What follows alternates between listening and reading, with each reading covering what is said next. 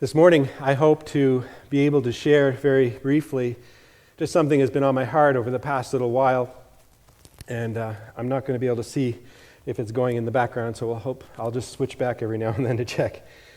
But we've been asked many times the past few weeks about the status of things going on in Ukraine.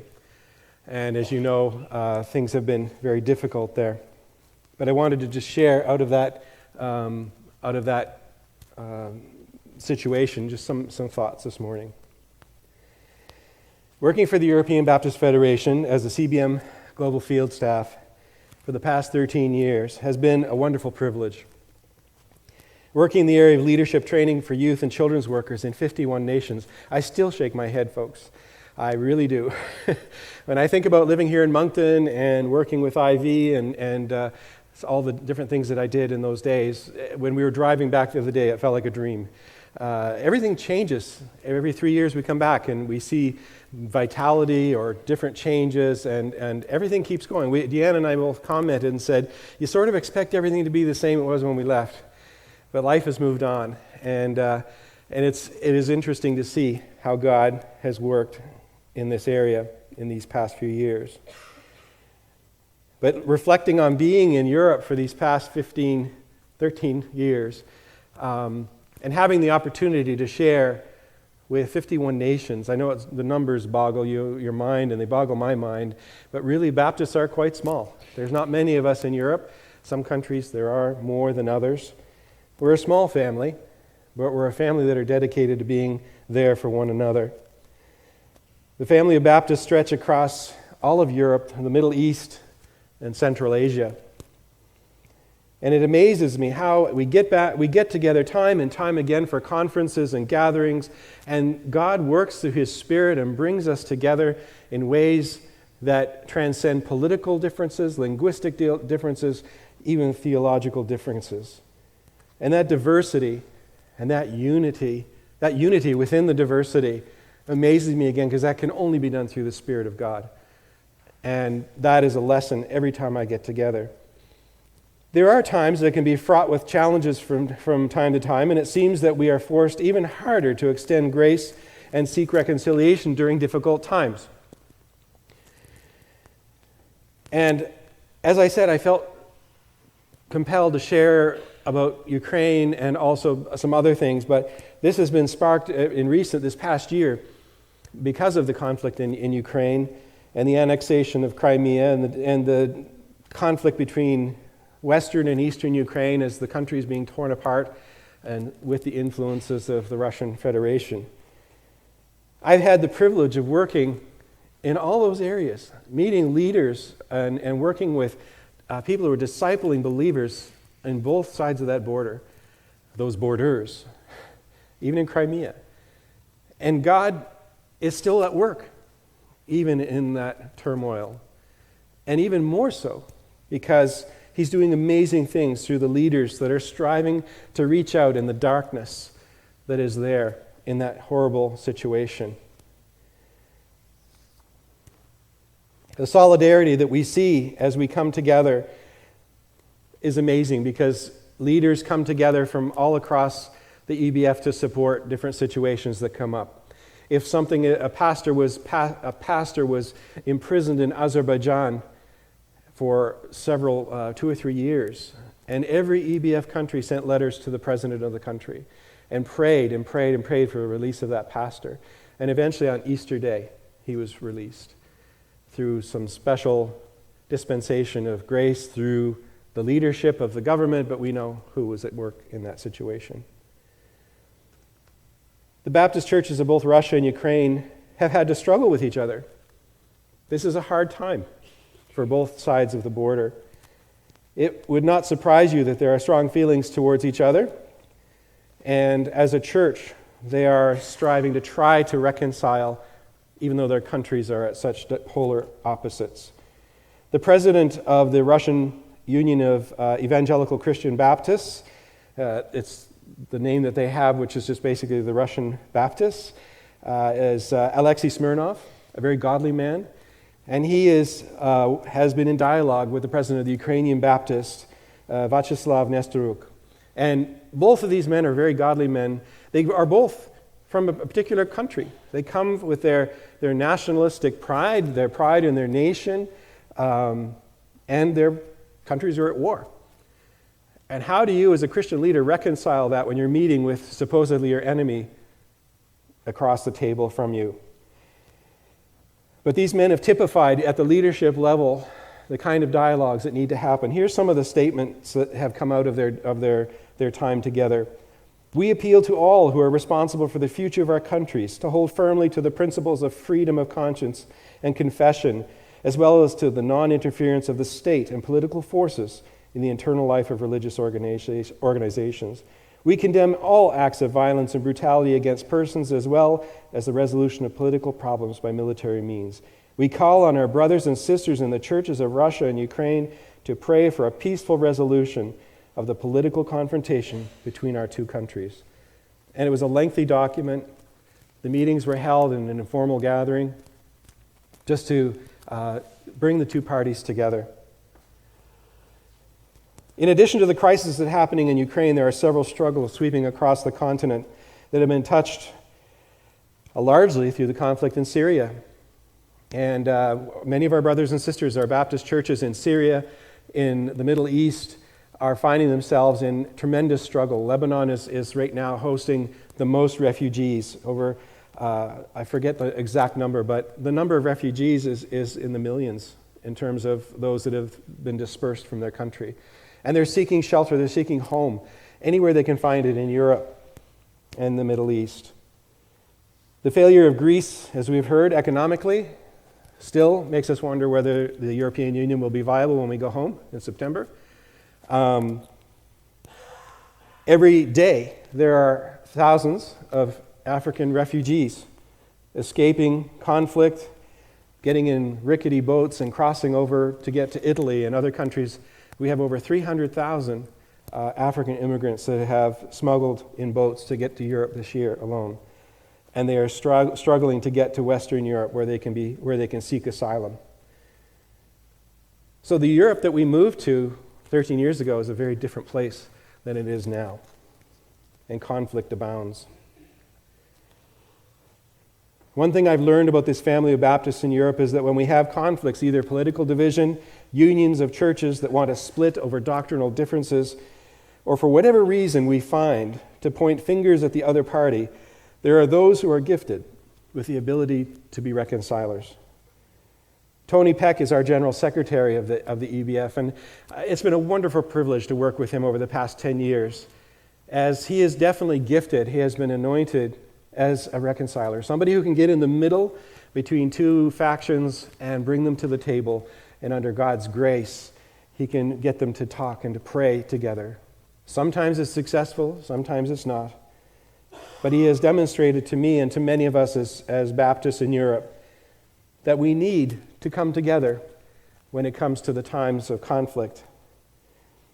I've witnessed in my classes or my seminars sometimes sworn enemies sitting in the same room together, worshiping the same God, putting aside malice and political agendas to let God pour grace upon them. I've had, and this is not something I say publicly very often, but I've had Lebanese believers sit next to an Israeli Baptist in one of my classes. And the Lebanese brother was introducing his Arabic Baptist friend from Israel, and he said, "This is my enemy." And I felt the blood drain from my face in the conference. This was not a good start to a conference. And then he said, "But he is my brother in Christ." And that summed it up. I've had a student from Kosovo sit next to a Serb student and call themselves brothers. I've watched Turkish believers and Armenian believers worship together, indeed a rarity in many ways. Serbs and Croats, and the list goes on and on and on of how God transcends those conflicts. Baptists have memories like elephants.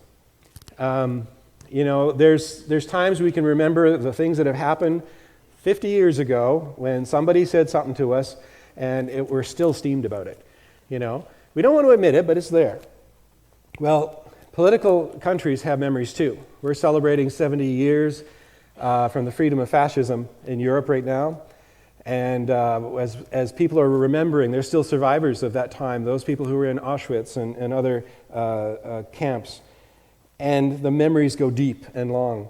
One of the most significant reconciliation services that I ever attended was in Poland at the gathering of the EBF Council.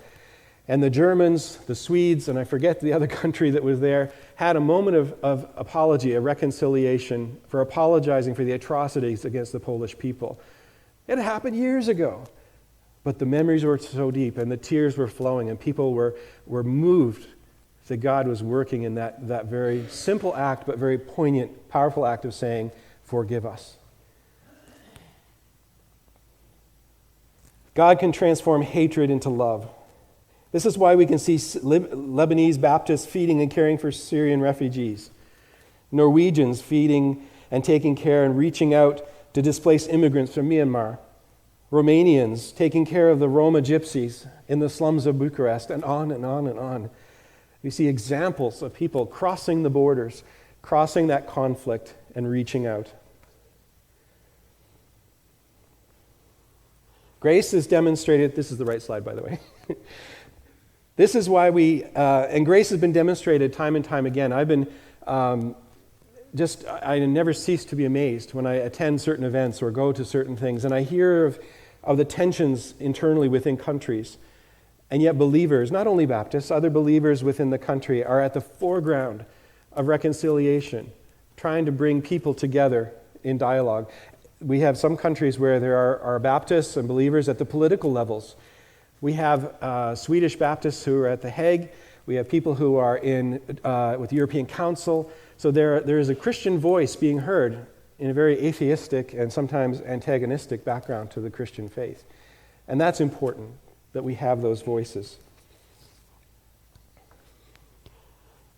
Dr. Martin Luther King Jr. once made a powerful statement that darkness cannot drive out darkness. Only light can do that. Hate cannot drive out hate. Only love can do that. I always marveled that he had such hope and vision despite the darkness of racism that surrounded him and seemed to be so embedded in society. Sadly, it still is, perhaps less so to a degree. But yet he persevered with his message of love. And then I think with the symbol of the candle that we had this morning, when I think about this saying by Francis of Assisi, all the darkness in the world cannot extinguish the light from a single candle. How many Baptists and believers do I know who are a mere handful?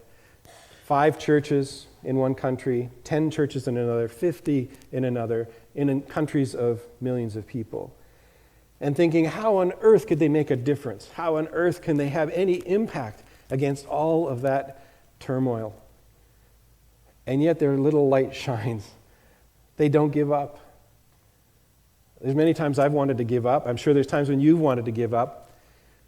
And yet they keep plodding. They keep sharing one-on-one with people. They make friends with people. They share the love of Christ. They break bread together. They're in there in the cracks and the crevices and the dirt and the slums, working where nobody else will go. It amazes me time and time again. And of course, our beloved beatitude, blessed are the peacemakers, for they will be called the children of God. We're all called to be peacemakers, to stand in the gap. We're either one or the other.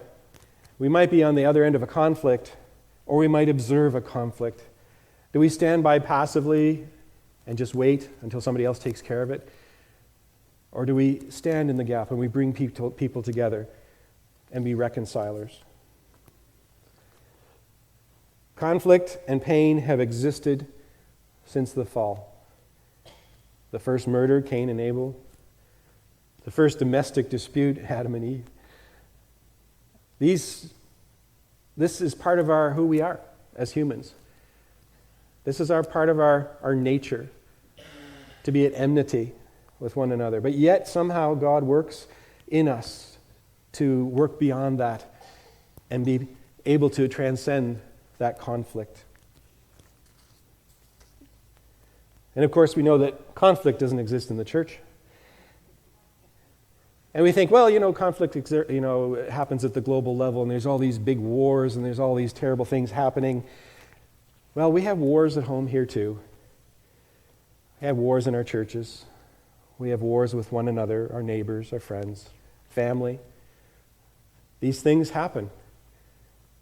And sometimes it's almost insurmountable how we can get beyond there. They might even seem like a world war to us. They're so big in our world.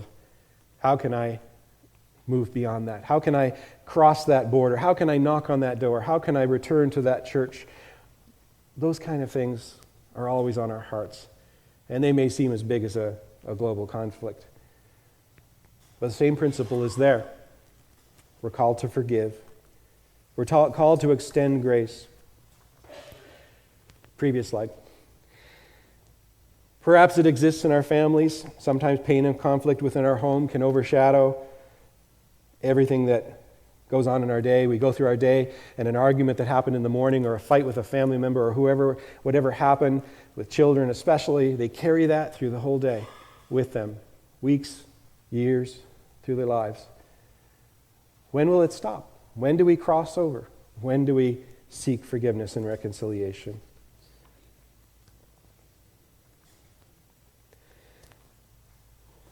Jesus is the Prince of Peace. Amen. He was not without the ability to judge. We saw that in the way he could turn the tables in that temple when he was displeased with the money changers. And he felt indignation when he saw something wrong. However, he showed compassion to every person who he came in contact with, no matter what station of life, whether the wealthy, the poor, the destitute, the ones that are in the cracks. He was aware how politics worked. He didn't live in a bubble. He saw injustice, and he was not passive about injustice, but he was proactive and he was merciful. Grace is in the everyday as much as it is between nations. But great grace is also the free hug from your child when you've been less than pleasant. It's laughing when the third glass of orange juice tips over at breakfast. Grace is not stating the obvious when your spouse's adamant insistence on where he or she left the receipt is proven wrong. It's walking slower to the tempo of small feet and legs, taking time to see wonder from young eyes. I thank God that Matthew is in our lives because as an 11-year-old, he still reminds me of what it's like to be a child, even at my advanced years. And he sees things, I see things through his eyes and try to see things through his eyes, the wonder of a child. Grace is listening with interest to the same story from your elders because they enjoy reliving the moment, not because you are entertained. I wasn't talking about you, Mom. No. Our attraction to grace comes from another familiar story. We believe the story of Jesus, that God became one of us, and he met us in our own neighborhoods, as Eugene Peterson said in his translation of the Bible. He spoke our language and ate our food. He validated his love by demonstrating astonishing, supernatural grace, healing eyes, broken bodies and souls. To remove all distance between us, he paid with his life for all the wrongs we've done. None of this came with an invoice. He gave because of grace. This is the best place we know to look for that unconditional love we crave so desperately. We want this grace to flavor our lives. Hopefully it changes how we respond to the big and the little people around us. In order to scoop up the savory nourishment of living together as a family, we must hold on to grace. For where there is grace, there is peace. Let me close with a well-known stanza from a well-known song, Let There Be Peace, which we sing every year. And this particular stanza speaks to me. Let peace begin with me. Let this be the moment now. With every step I take, let this be my solemn vow, to take each moment and live each moment in peace eternally. Let there be peace on earth, and let it begin with me.